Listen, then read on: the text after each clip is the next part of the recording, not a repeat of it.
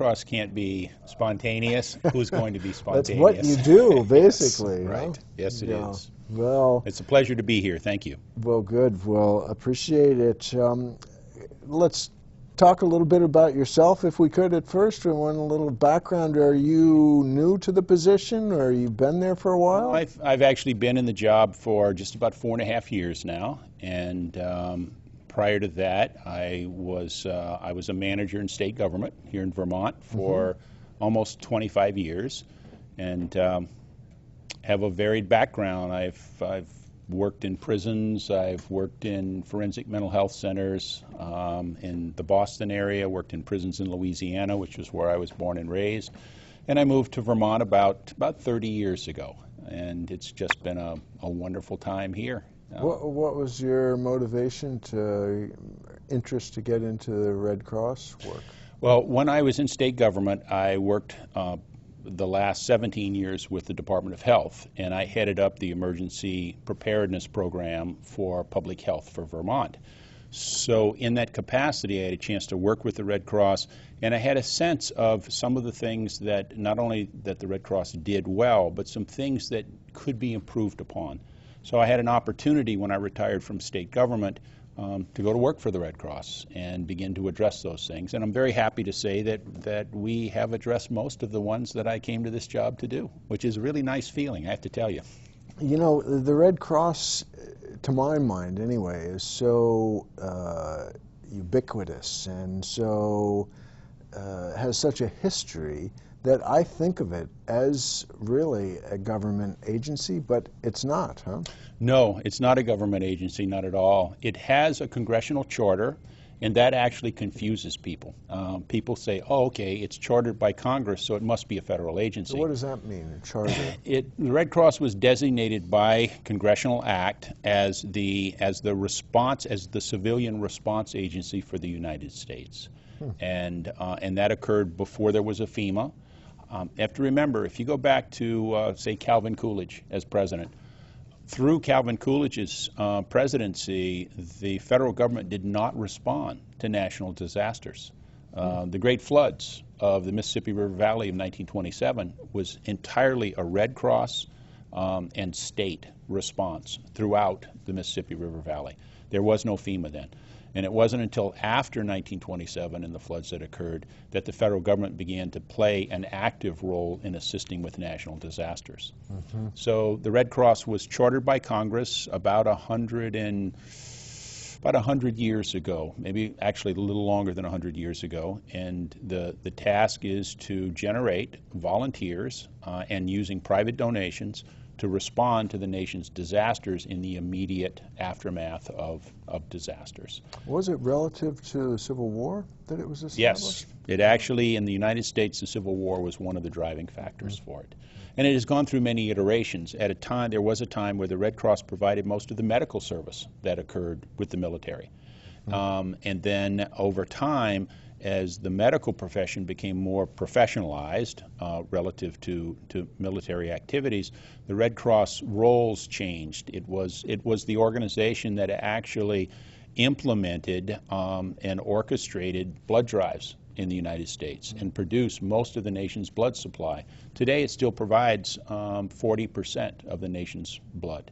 So as each decade has gone by, the roles have changed. And today the role is primarily one of providing large-scale sheltering for individuals during large disasters, as well as responding to local communities, to the home fire, which we do almost several times a week in Vermont. Yeah, you were mentioning before the show that there's been 50 or so in the past year. Actually, no. This past year, we responded to 206 home fires in Vermont, which was a record. It was 20% more than the year before, and the year before was 20% more than the year before that. So we have been on this trend, which I think may have somewhat leveled off now, but we are still operating at record numbers of home fires. We go on average to 4 home fires a week, and that may sound like a lot on the one hand. On the other hand, you say, well, it's the whole state of Vermont. But the reality is that for those 4 people who were affected by the fire, it's a very big deal. And sometimes those home fires can be multifamily. Yeah. As we were talking a little earlier on the show, you can have something as large as, say, the Brooks House fire in Brattleboro, where you have 51 units that are no longer usable. Or it can be one person who lives in an apartment. Either way, the calamity is the same for the individual who's impacted. And the Red Cross is there to assist. So the structure of the organization, there's now a Vermont-New Hampshire region.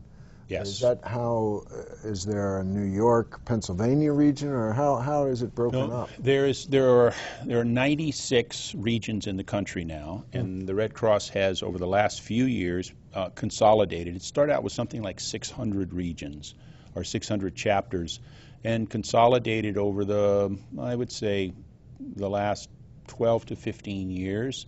And then we've just gone through another consolidation where the Vermont region and the New Hampshire region have been merged together into what's called the New Hampshire and Vermont region. New York has 3 regions. They have a western region, an eastern and central region, and then they have New York City. So got its own. There aren't that many regions that are dual state.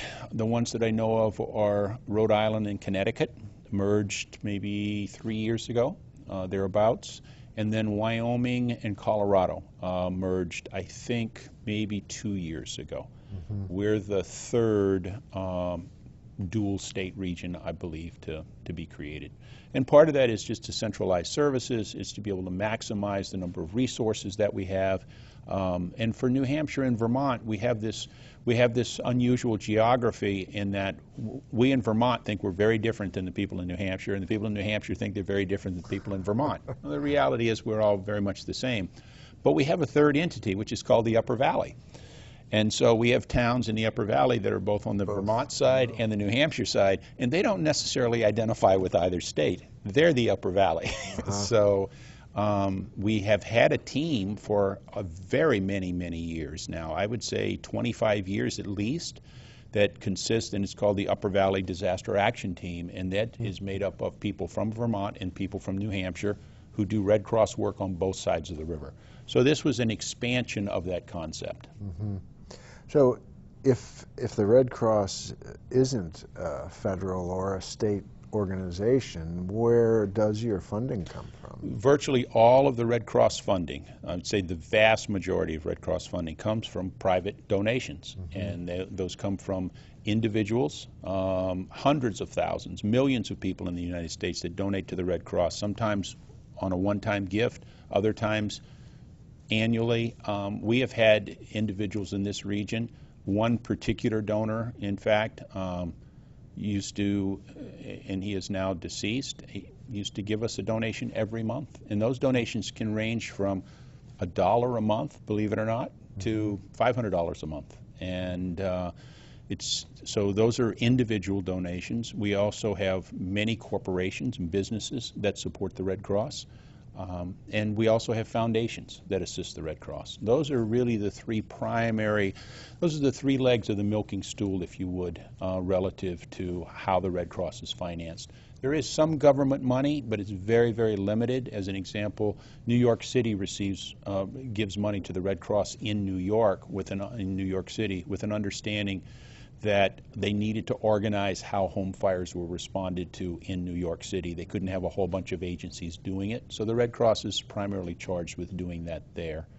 And then here in Vermont, our state government has utilized, in many cases, some federal funding that was made available to help us buy some equipment. But by and large, day to day, it is private donations that support the Red Cross. So do the donations that come to the Vermont-New Hampshire region stay in the Vermont-New Hampshire region, or does it all just end up? They do. No, because of our expenditure level here, in order to maintain the services that we provide, we wind up spending each year virtually all of the money that is raised, and it is spent in this area. Because even though we have the 2nd smallest population in the country, most folks think of us as little Vermont, and population-wise, we are small. But as far as our geography, we're not as tiny as people believe we are. And it takes a lot of money to support the volunteers and to provide the services that need to be provided over a very rural area. And so I can say very much when people approach me with that same question, if I make a donation to the Red Cross and I want it to stay local, will it stay local? The answer is yes, it will. We have other donors who come to us and say, you know, I just want to support the Red Cross nationally, wherever it's needed. And then we have some donors who will come and say, look, there's a huge event going on in Indonesia. They're flooding in, you know, Malaysia, and I want to help support those activities. And we do that through our international services, and their dollars go to those activities. So let's talk about the services that is provided specifically, anyway, to the Vermont region. I think most people think of the Red Cross, they think of blood donation. Yes. You know, we always are hearing of there's a shortage or donate today or how many pints are you up to. Is that still the case, that blood is the kind of the #1 mission? Blood is not necessarily the #1 mission. Blood is the largest component of the Red Cross. And what I mean by blood is biomedical services. And because there's real diversity within the world of blood collections and how how human blood is utilized. So about 2/3 of Red Cross activity, about 2/3 of the finances involved with the Red Cross are tied to biomedical services. And as I said a little earlier, 40% of the U.S. supply of blood comes from the Red Cross. Now, you say 40%, well, there's another 60%, so is that 40% really that big? There is no other group that comes anywhere near the Red Cross in the actual amount of blood that's provided. So you have 40% of the nation's blood supply coming from the Red Cross. Everyone else who supplies blood supplies very small amounts. There are just a lot of people in different parts of the country that produce. Different organizations? Different organizations, some nonprofit, some for-profit in different parts of the country. So as an example, we tend to think here in the Northeast, we think of blood collection as the Red Cross. In the southern part of the United States, the Red Cross is not a large producer of blood there. There are other organizations that do it down there. The Red Cross is the only organization, though, that utilizes its biomedical services and the revenues that come from that to support its disaster services. And that's a major distinction between the Red Cross. So when people donate money or donate blood, they're supporting both biomedical services and disaster services, both. That's unique. So we have the biomedical side, which almost everyone is familiar with. As I said, that's about 2/3 of the Red Cross activity. And then we have what are referred to as humanitarian services. And those are the ones that if your house burns down, it's humanitarian services that comes. They just don't have a sign that says humanitarian services. You'll see the Red Cross, and you'll see a group of your neighbors who will show up wearing red vests and red caps in the middle of winter, in the middle of summer, whenever it is, who will work with you to figure out how to help you get on your feet immediately, and then work with you to figure out the longer-term recovery that you and your family can make. So that can include anything from, let's just say as an example, your house catches fire tonight. We will hope it does not. Please. But your house catches fire tonight, and it's 2:30 in the morning. It's 10 degrees outside, if we're lucky, and you no longer have a home. You got out of your house with just the clothes that you have on your back, and the fire department has come, and they've done a phenomenal job of battling the blazes and keeping the fire away from your neighbors and salvaging as much of your things as can be salvaged. But then the fire department goes home, and you're still there. The Red Cross is also there with you. And our goal is to make sure that you have a place to stay. So we will facilitate getting you into lodging. We want to make sure that you have clothing that's appropriate to the season. So we provide emergency finances for you to replace, the clothing that you need immediately, as well as money for food and for other types of personal items that you just need for the first few days.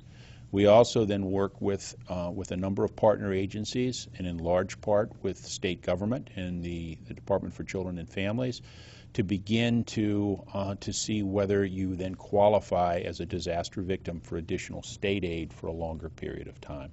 We also will provide on-scene emotional support, as well as looking to see what are the other kinds of services that you may need to connect with, because we all think that we're very capable people. We run our lives, we manage from day to day, and we think if I have a home fire, I'll be okay, I'll be able to handle it. I think you need to ask someone who's experienced a home fire how that goes. Mayhem, huh? It is mayhem, and you are in shock for a period of time. You don't really know where to turn. If you're lucky, you have family nearby, but it still may take you a day or two to connect with your family. And that is a very large piece of the mission of the Red Cross, and it's what our volunteers do almost every day in Vermont. So aside from the fires, the home fires, which sounds like it keeps you busy too. It does. Vermont in particular, and the rest of the country for that matter, has experienced a lot of natural phenomenon, whether it's man-made or it's natural in occurrence. We had Irene, we've had Sandy, Yes. we've had even this winter, a terrible ice storm at the beginning of the winter. Right. So is the Red Cross prepared for that kind of scale? That is part of our mission, Yeah. and it's the other side of the small home fire. So we go to small home fires, and we go to very large disasters, the disasters you outlined. So as an example, when Irene struck in Vermont, we had over 200 Red Cross volunteers come to Vermont to assist. They came from our neighboring states, they came from all over the country. They're trained to the same standard that we are, they use the same equipment. And so we, as an example, our command center was set up in Rutland, in our office there, and we had over 200 Red Cross volunteers who came through over about a 6-week period to work with us. But we also have the capability locally to open shelters. We have about 400 designated shelter sites in Vermont, of which something in the range of 25 to 30 are for very large shelters. Anywhere from 200 to 300 people could be sheltered at one time. We maintain in Vermont, we're very fortunate in this respect, that we are well equipped. We maintain sheltering capability, the equipment, the cots, the blankets, those kinds of things, to be able to shelter up to 6,000 people at one time. Now, we've never had to do that, but there is one type of disaster that has called for the Red Cross to be able to shelter that many people, and that is in the event of a complete evacuation of the emergency planning zone, the 10-mile radius around Vernon, around Vermont Yankee. Yeah. So we have spent basically the last 3 years analyzing that situation, planning for it, even though the plant is now not operating. We had to, up until the time that the plant ceased operation, we had to be ready to take care of that many people. Consequently, we've created the shelters, we have the equipment on hand, and that equipment can be used, if need be, for some other mass disaster. If we had a dam break, as an example, we could have thousands of people who would need to be sheltered. So we have the equipment to do it. And then another part of our mission is to recruit and train volunteers, your neighbors, yourself, to be able to work in those shelters and to assist their fellow Vermonters who... Let's talk about the volunteers, because that's pretty remarkable, really. I mean, it sounds like a volunteer fire department, basically.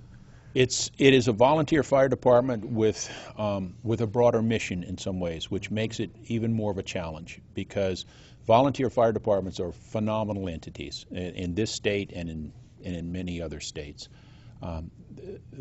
In many ways, though, the beauty of a volunteer fire department is that it is very, very local. So they will go to neighboring towns for mutual aid, but when someone joins a volunteer fire department, they're typically saying, I'm going to help my community be prepared, and I know most of the work I do will be in my community or the adjoining communities.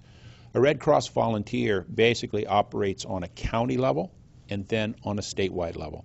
So when you join a disaster action team and you take the requisite training that needs to happen, you can be called anywhere in your county. And in some cases, in the Northeast Kingdom, the 3 counties in the Northeast Kingdom, we have 2 teams. So each team has a county and a half that they cover routinely. But they will also come down and assist in Lamoille. The Chittenden County Disaster Action Team is one of our larger teams.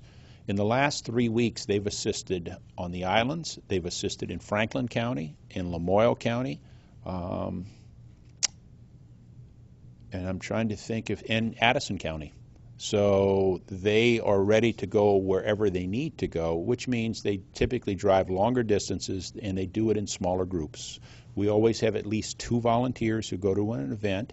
Sometimes we have as many as 6 or 8. And part of that is because when they go to the scene, they need to be able to assist the victims who are there. But they also, in many cases, are called to a fire scene, let's say, to assist the fire departments. Because some fire departments bring their own support services, but those are few and far between. Most fire departments, when they arrive on a scene, don't have a support system with them. So if it's the middle of winter and people are working in these kinds of temperatures, the first responders, they get cold, they get tired. The Red Cross is there to make sure that they have hot beverages, that they have snacks and food, depending on the amount of time that they're there. And in some cases, we provide a vehicle for firefighters to get into to be able to warm up so that they can then go back out and continue battling the blaze. Is there a profile for a typical volunteer? I think that there is a profile. Yeah. I think they are great people. That's what I think is the profile.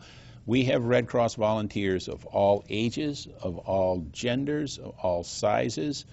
We have people with a great deal of very strong professional backgrounds, and we have people who don't have strong professional backgrounds. It's somebody who is willing to get up in the middle of the night, no matter what the weather is like, and go out and say, I'm going to do something good for one of my neighbors tonight. And I'll give you an example. I saw a volunteer this morning who went to 2 or 3 fires this past week.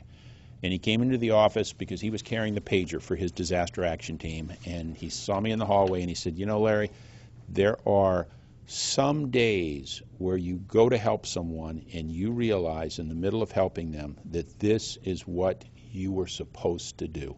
It's why you were put here right now. And he said, that happened to me last week.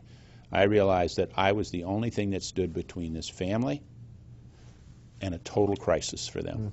And I was able to help them through that. And I just looked at the fellow and said, thank you. That's all I can say. Powerful. It is. It's very powerful to see this. And, you know, to see volunteers who in some cases will go out 3 nights in a row, and other nights may only go out once a month or once every 2 months if there aren't a lot of activities and disasters to go to, and are willing to work with anyone who needs help is a client of the Red Cross. So it ranges. It ranges from a small house fire to opening and running a shelter. As an example, during Irene, we had a shelter open for 3 weeks straight in the Upper Valley. And it was staffed entirely by volunteers the whole time. And in many instances, they did not get a lot of outside support for a while. They had to fend for themselves. So they managed to go into their respective communities, get businesses to assist with materials and supplies, work with a real variety of individuals who had been displaced, including individuals with really some real personal challenges to struggle with. And these volunteers did just phenomenal work. They do. And they're trained, but you know, you can't train heart. You can't create heart. People come with heart, and then we just try to give them the skills and the equipment that they need to do their jobs. And where do folks get more information on the potential to volunteer? From the website? Well, folks can go to the website. Yeah. Just type in, you know, Vermont Red Cross. That will get them to a variety of different links. If need be, they can also call our office, and the number there is, you know, if they go to the website, they can see the number for the Burlington office, but we have an office in Rutland and an office in Brattleboro. But 802-660-9130 will get you the Red Cross and in Vermont. And from that number, folks can get additional information.